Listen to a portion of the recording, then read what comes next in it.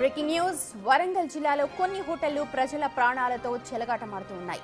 Food on Fire Landmark హోటళ్లలో ఆకస్మిక తనిఖీలు నిర్వహించిన food safety task force team ఈ భయంకరమైన నిజాలను వెలుగులోకి తీసుకొచ్చింది. ఆ తనిఖీల్లో భాగంగా హోటళ్లలో కుళ్ళిన మాంసం, ఎక్స్పైర్ అయిన ఐస్ క్రీమ్స్, బూజు పట్టిన ఫుడ్ ని గుర్తించారు. వంట వండే ప్రదేశాలు కూడా అపరిశుభ్రంగా ఉన్నట్టు తేల్చారు. ఇక రిఫ్రిజిరేటర్ మొత్తం కూడా కుళ్ళిపోయిన మాంసంతో దుర్వాసనతో నిండిపోయి ఉంది. అధికారులు వెంటనే అక్కడ శాంపిల్స్ సేకరించి ఫుడ్ సేఫ్టీ ల్యాబ్ కు పంపించారు. తనిఖీలు నిర్వహించిన హోటళ్లకు నోటీసులు కూడా జారీ చేశారు. పాడైపోయిన కల్తీ ఆహార పదార్థాలు విక్రయించే హోటళ్లపై క్రిమినల్ కేసులు నమోదు చేయడంతో పాటు వాటిని సీజ్ చేస్తామని అధికారులు హెచ్చరికలు జారీ చేస్తున్నారు.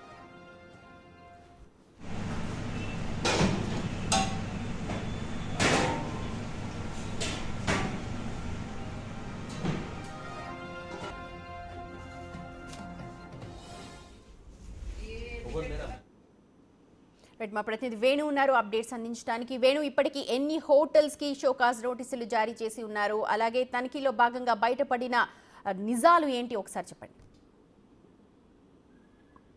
సుమతి, గత సంవత్సరం నుంచి కూడా ఫుడ్ సేఫ్టీ అధికారులు సాధారణ తనిఖీలతో పాటు కూడా ఆకస్మిక తనిఖీ నిర్వహిస్తూ వరంగల్ టౌన్ కు సంబంధించి 412 హోటల్స్, వీధి వ్యాపారాలకు సంబంధించినటువంటి తినుబండారాలు విక్రయించే షాపులపై కూడా తనిఖీలు చేయగా అందులో దాదాపు 180కి పైగా కేసులు నమోదయ్యాయి. అందులో 80 మందికి పైగా హోటల్స్, అందులో 5 స్టార్ హోటల్స్ గా చెప్పుకున్నటువంటి బడా హోటల్స్ పై కూడా పెనాల్టీ వేయడం, దాంతోపాటు కోర్టు కేసులు కూడా నడుస్తుంది. ఇక ఈ సంవత్సరం జనవరి 1 నుంచి ఇప్పటి వరకు 67 హోటల్స్ లోపల తనిఖీలు చేయగా 28 హోటల్స్ లో పూర్తిగా కుళ్ళిపోయిన చికెన్, నాన్ వెజ్ ఐటమ్స్, అదేవిధంగా అన్హైజెనిక్ కండిషన్స్ తో ఉన్నటువంటి కిచెన్లను చూసి దానికి సంబంధించి ఆ చట్ట ప్రకారము వాళ్ళకు మొదటగా నోటీసులు ఇవ్వడం, ఆ తర్వాత పెనాల్టీ విధిస్తున్న పరిస్థితి. నిన్న తాజాగా ఆ ల్యాండ్ మార్క్ హోటల్తో పాటు ఫుడ్ ఆన్ ఫైర్ అంటూ కూడా 2 కీలకమైన హోటల్స్ హన్మకొండకు సంబంధించి వాటిలలో సాధారణ తనిఖీ కోసం వెళ్ళినటువంటి అధికారులకు పూర్తిగా మటన్, చికెన్ కంప్లీట్ గా కుళ్ళిపోయి బూజు పెట్టినటువంటి మెటీరియల్ కనిపించింది. దాంతో పాటుగా డ్యామేజ్ అయినటువంటి ఫుడ్ మెటీరియల్స్ అన్ని కూడా అందులో నిల్వ చేసే ఫ్రిడ్జ్ లోనే ఉంచడంతో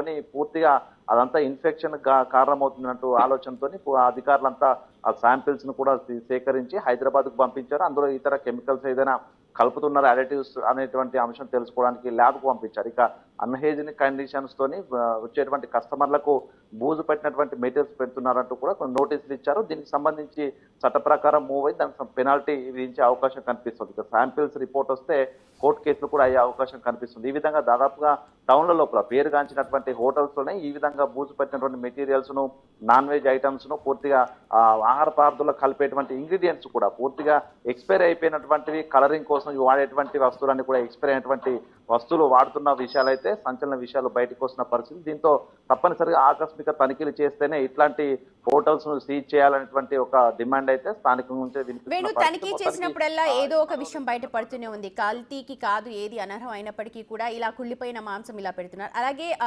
కస్టమర్స్ ఏం చెప్తూ ఉన్నారు? ఈ దాడులు చేయడం వల్ల ఏమన్నా మార్పు కనిపిస్తోందా అక్కడ హోటల్ నిర్వహణకు సంబంధించి, గతంలో చేసిన వాటికి సంబంధించి?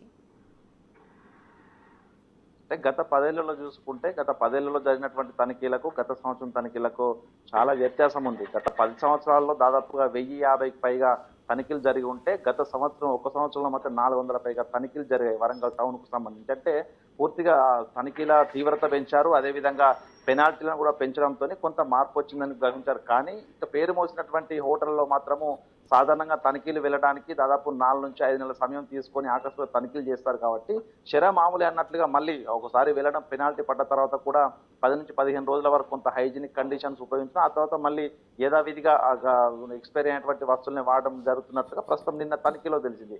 ఇదే ల్యాండ్ మార్క్ హోటల్ పై గత 3 నెలల క్రితము తనిఖీలు చేశారు. అందులో హైజీనిక్ కండిషన్స్ లేవంటూ కూడా నోటీస్ ఇచ్చారు. అయినా కానీ ప్రస్తుతం ఇదే ఘటన మళ్ళీ పునరావృతం కావడంతో ఇట్లాంటి వారికి కోర్టు పరంగా వెళ్తామంటూ కూడా ఫుడ్ సేఫ్టీ అధికారులు కూడా చెప్తున్నారు. సో అంటే ఇది ఒక పేరు మోసిన హోటల్లే కాదు, రోడ్డు నుంచి రోడ్డు వద్ద అమ్ముకునేటువంటి వీధి వ్యాపారం నిలుపుకుంటే కూడా ఇట్లాంటి ఎక్స్పైరీ అయిపోయినటువంటి వస్తువులను, తినుబండారాలను విక్రయిస్తున్న విషయం అయితే గత కొద్ది నుంచి బయటకు వస్తున్నా కూడా వీళ్ళలో ఎటువంటి మార్పు లేదు. కాబట్టి కఠిన చట్టాలు తీసుకొచ్చి పెనాల్టీ కాదు, వీళ్ళకు కోర్టు శిక్షలు, జైలు శిక్షలు విధిస్తేనే వీళ్ళ మార్పు వస్తున్న ఒక డిమాండ్ కూడా స్థానికంగా వెలువెత్తుంది. సో దీనికి సంబంధించి పూర్తి స్థాయి లోపల ప్రతి వారం ఒకసారి దీంట్లో కఠినంగా అధికారులు స్పందించి తనిఖీలు నిర్వహిస్తే ఇట్లాంటి ఘటనలు జరగబోయే ఒక వర్షన్ కూడా స్థానిక. సో మొత్తానికి ఫుడ్ సేఫ్టీ అధికారులు కఠినంగా వ్యవహరిస్తేనే తప్ప ప్రజల ఆరోగ్యం ఆడుకునేటువంటి హోటళ్ల భర్తం పట్టాలని ఒక ప్రధాన డిమాండ్ అయితే వినిపిస్తా ఉంది. Right Venu, thank you so much.